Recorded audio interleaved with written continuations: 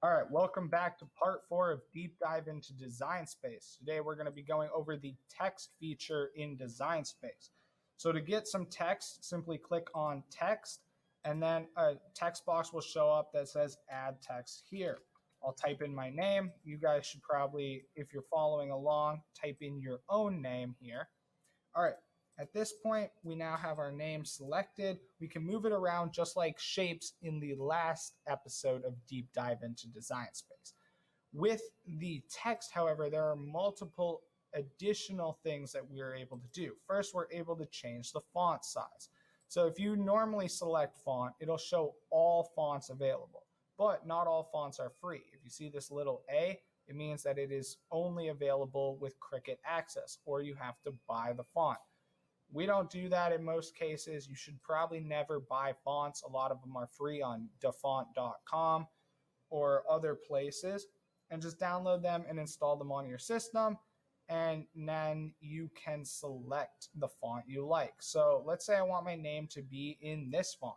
Simply select the font while your image is selected, and it'll switch to that font.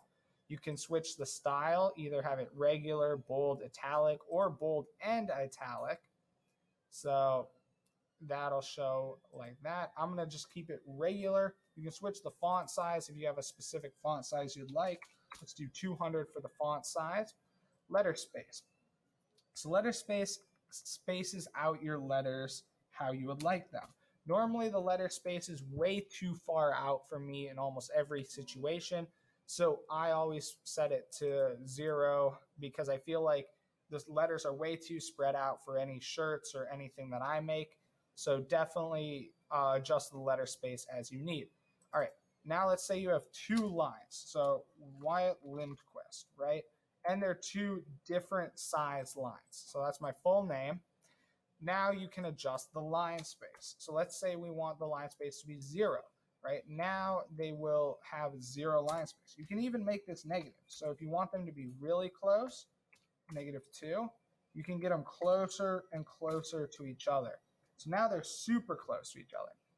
The next thing that you need to know how to use is the alignment. While alignment doesn't matter in cases where you only have 1 line of text, when you're using 2 lines of text, this will make it so that Wyatt and Lindquist are both right in line with each other. So now if we're printing this on a single piece of vinyl, we'll be able to have my name perfectly lined up with each other. And we can center it right, put it left. We're going to put it center. And remember that if it was just a single line, if it was just Wyatt, right, it wouldn't matter because the Cricut only takes up the area it needs. The alignment won't change anything. The next thing we're going to do is curve. So let's say you're making Wyatt and you want it to smile a little bit. You can adjust the curve up to, these wild curves that make it into like a full-on circle.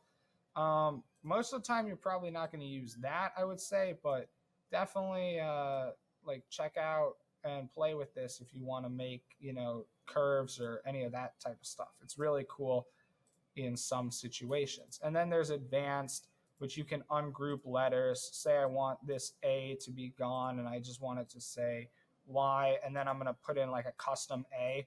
That's super helpful. Then I can delete the A, and that's super helpful in some situations. But it gets rid of the conjoined aspect. So now I have to go in and edit each one individually, which isn't as good.